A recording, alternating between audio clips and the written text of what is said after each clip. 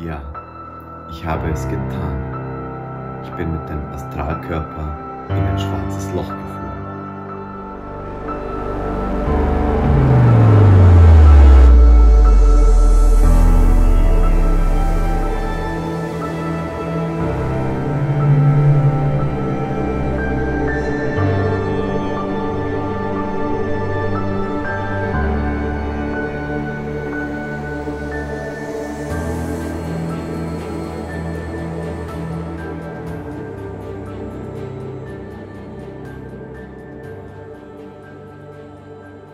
Hi, mein Name ist Marco Lorenz, ich bin Bewusstseinsforscher und Bewusstseinscoach und ich möchte dir in diesem Video einen sehr, sehr heftigen Erfahrungsbericht mitteilen. Und zwar werde ich seit vielen Jahren immer gebeten, mal in ein schwarzes Loch hineinzufliegen und zu berichten, was dann passiert.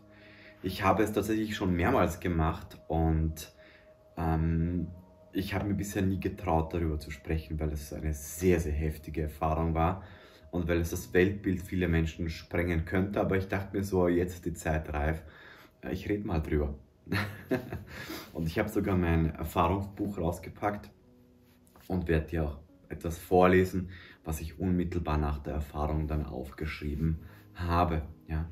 Ich möchte noch kurz, bevor wir starten mit den Videos, sagen, dass ich ab jetzt wieder regelmäßig Videos drehen werde, und zwar 3-mal die Woche. Immer Sonntag, Dienstag und Donnerstag um 18 Uhr werden ab jetzt sozusagen regelmäßig Videos von mir kommen. Ja. Was ist passiert bei der ersten Erfahrung? Ich werde dir 2 Erfahrungsberichte geben. Die erste war ein bisschen so sagen wir mal, die harmlose Version, und danach freue dich auf die zweite, das ist schon die heftige Version gewesen. Ja. Bei der ersten Version oder bei der ersten Erfahrung war es so, dass ich typischerweise in den Astralkörper gegangen bin, dann außerhalb, also sozusagen in das Universum rausgeflogen bin. Ab dem Punkt, wo du das Universum betrittst, wechselst du vom Astralkörper in den Mentalkörper. Das heißt, du hast nicht mehr diesen typischen Astralkörper, sondern du bist einfach nur noch Bewusstsein und kannst viel schneller durch Raum und Zeit wandern. Ja. Dann ist es auch so, dass man im Mentalkörper wesentlich schneller sich durch Raum und Zeit bewegen kann. Und ich bin dann einfach durchs Universum, also zuerst mal rausgeflogen, habe dann sozusagen die Milchstraße von oben gesehen, die ganz anders aussieht als von der Erde. Es war atemberaubend, und dann bin ich mit Hyperlichtgeschwindigkeit einfach mal in eine Richtung geflogen. Ja? Mit der Absicht, dass irgendwann mal ein schwarzes Loch kommt. Ja? Und tatsächlich war irgendwann mal dieses Loch da und ich bin einfach beinhart reingeflogen. Es ist so, viele denken sich jetzt, hast du da schon keinen Schiss gehabt? Nee, wenn du im Astralkörper noch bist, dann wäre es schon so, dass du noch ein bisschen Schiss hast. Bist du beim Mentalkörper und du fliegst mit Hyperlichtgeschwindigkeit durch das Universum, da denkst du dir nur, habe ich Millionen Mal gemacht, das ist ja das Natürlichste auf der Welt. Ja? Wie wenn du Autofahren oder Radfahren tust. Ja? Also da ändert sich das Bewusstsein in einer Art Erinnerung, dass du eigentlich ein anderes Wesen bist, ein multidimensionales Wesen, welches immer schon durch Raum und Zeit geflogen ist. Ja? Und das war so, da hat man auch keine Angst vor irgendetwas. Ja? Auf jeden Fall bin ich da reingeflogen und dann bin ich in eine Art Tunnel geflogen, und da war irgendwie so wie eine Art Wächter da. Der Wächter hatte keinen Körper. Ich wusste, es war eine Präsenz da, die ihn eine Art irgendwas geschützt hat, dass da nicht jeder reinkommt. Ja? Und dann hat es angefangen, wie so ein Tunnel zu bilden, durch den ich geflogen bin. Und der Tunnel hatte einen Rahmen, ja? Also wie so ein Bilderrahmen, und der hat sich in eine Richtung bewegt.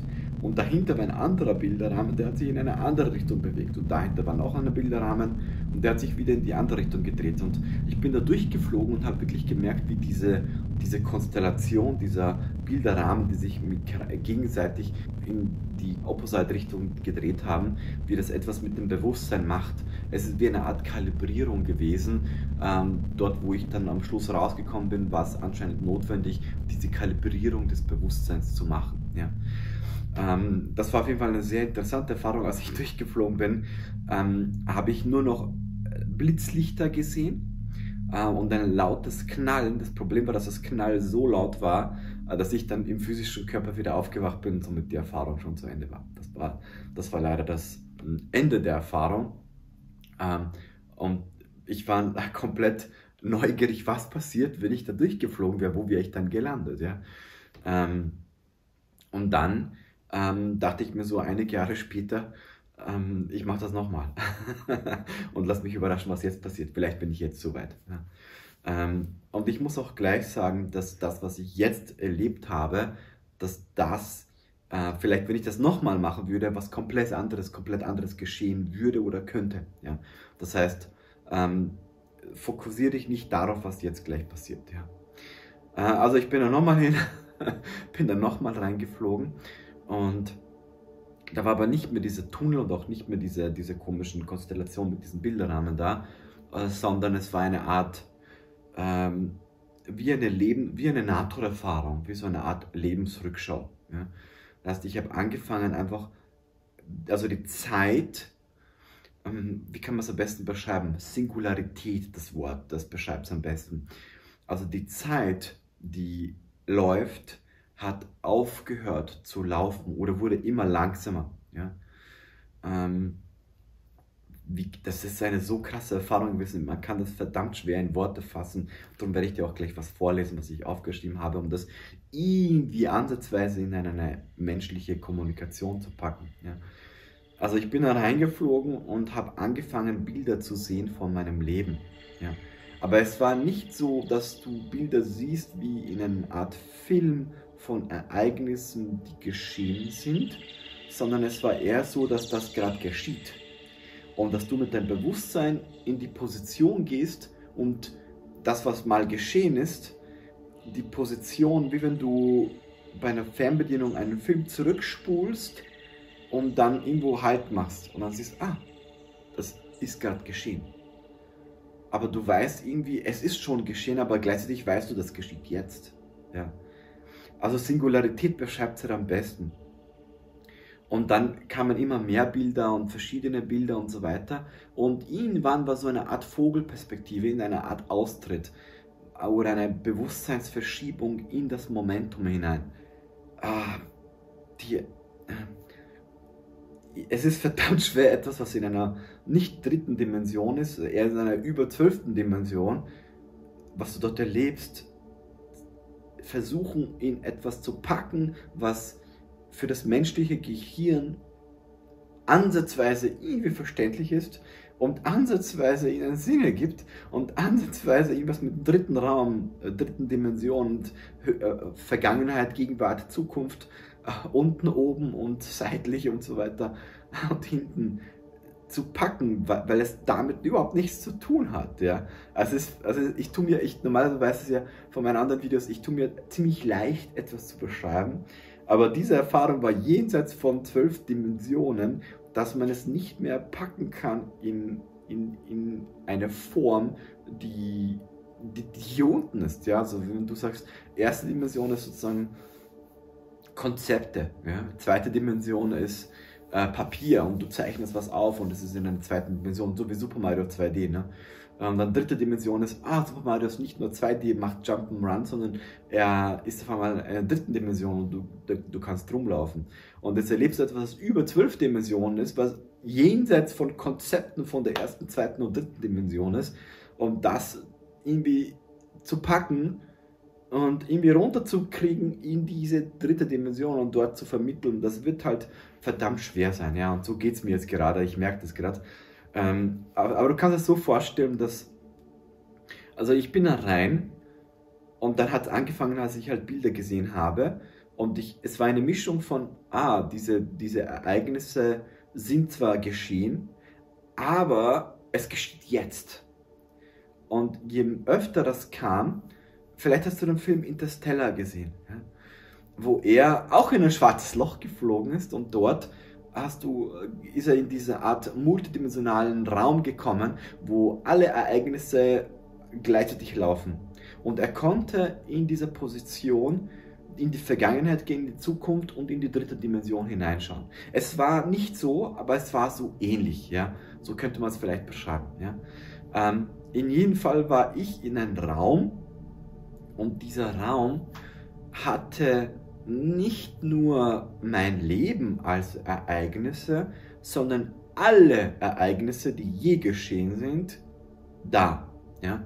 Wie eine Art Landkarte. Also du kannst dir wirklich vorstellen hier, du hast hier eine Karte und auf dieser Karte ist ein Weg. Und dein Leben, deine Ereignisse, die geschehen sind, du befindest dich gerade irgendwo auf diesem Weg und eines dieser Punkte, dieser Augenblick ist dieses Video, was du gerade siehst. Und triffst du jetzt die Entscheidung, das Video abzubrechen, dann zweigst du von diesem Weg ab und kommst auf eine andere Zeitlinie und der Weg führt dich irgendwo anders hin zu einer anderen Erfahrung. Siehst du aber das Video zu Ende und machst andere Erkenntnisse, führt es dich auf eine andere Straße. Ja? Und so kannst du durch jede Entscheidung, die du triffst, diesen Weg verändern. Ja? Also diese Landkarte ist fertig und jede Entscheidung führt dich dahin oder manche führen dich wieder zurück zu diesem Weg und so weiter. Und das, was ich dort in diesem Raum gesehen habe, war das Konzept von, wie wenn alle Ereignisse, die geschehen sind, jetzt geschehen sind und du siehst diese Landkarte. Ja? Und ich weiß noch, ein guter Freund von mir war vor mir, ich habe noch in dieser Landkarte sein Gesicht noch gesehen und zack, die Zeit war weg. Und meine Position, wie ich ihn angesehen habe, war noch da. Und dann ging dieses Bewusstsein nach oben in diese Landkarte und alle Ereignisse, die er wahrgenommen hat, die ich wahrgenommen habe, die jeder andere wahrgenommen hat, waren auf einmal sichtbar, wie ein damals so ein Film, der nicht digital ist, sondern auf ein Band war. Und jetzt stell dir vor, du drückst auf Play und im Kino läuft dieses Band und irgendwann siehst du diese Bilder und auf einmal spannt sich dieses Band aus und du siehst den ganzen Film vor dir.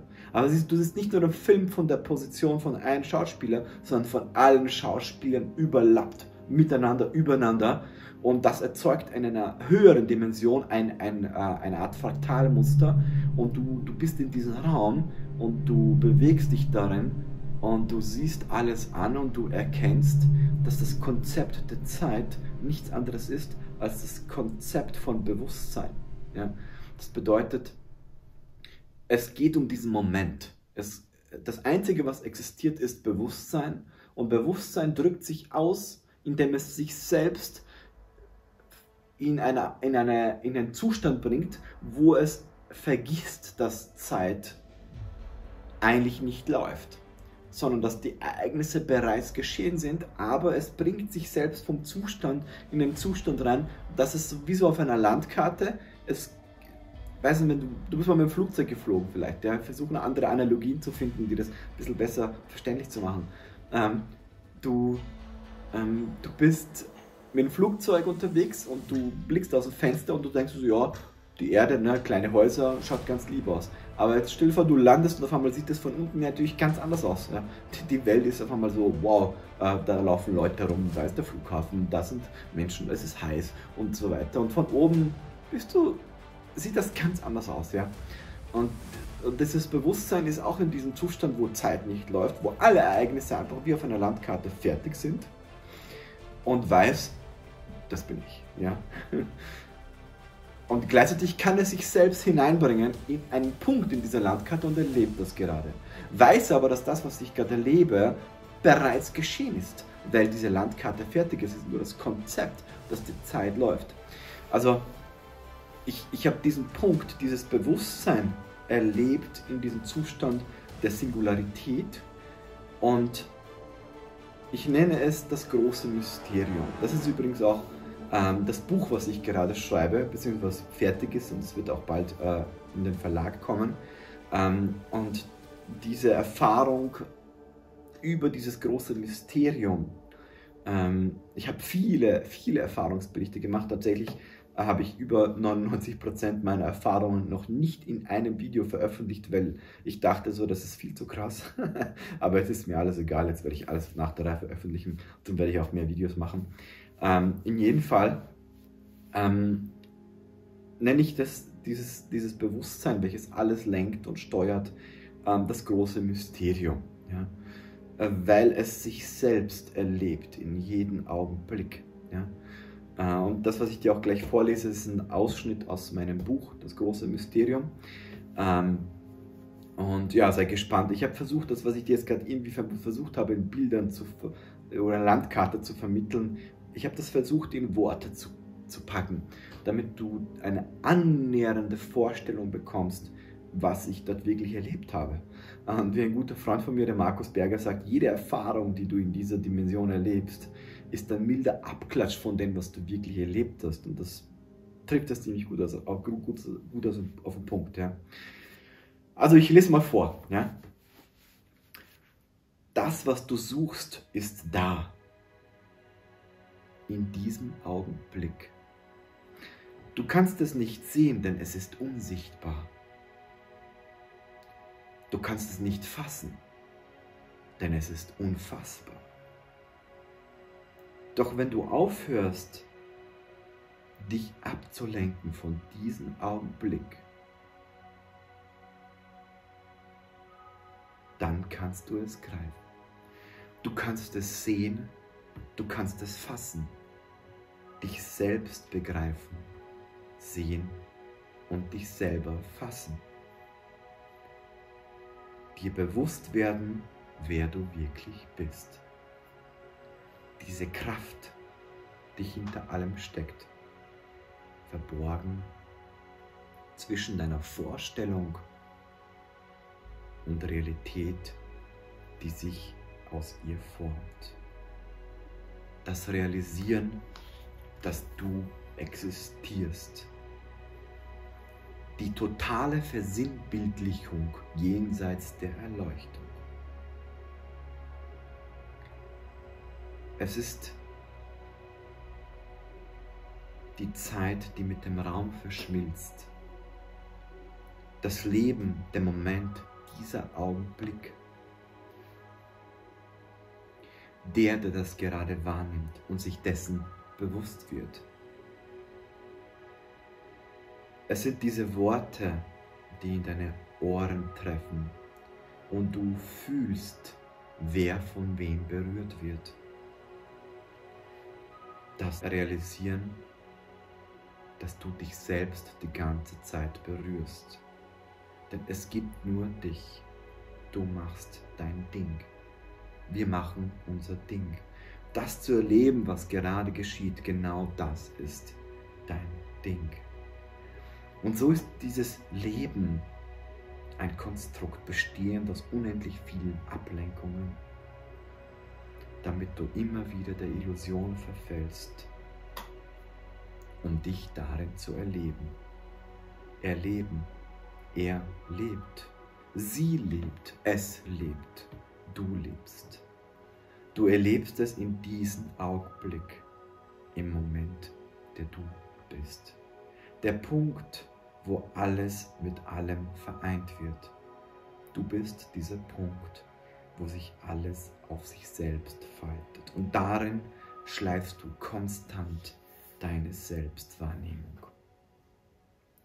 Es ist dieser Moment, wenn du vom Warmen ins kalte Wasser springst, wenn du vom Leben in den Tod gehst, wenn du vom Nichtsein in das Sein gehst. Dieser Schnittpunkt, wenn diese Worte dich berühren und du realisierst, dass du sie für dich selbst geschrieben hast, um dich zu erinnern, um dich aufzuwecken. Um diesen Punkt, um dieses Mysterium zwischen den Worten und diesem Ton, die er sich selbst greifbar machen will, zu erleben.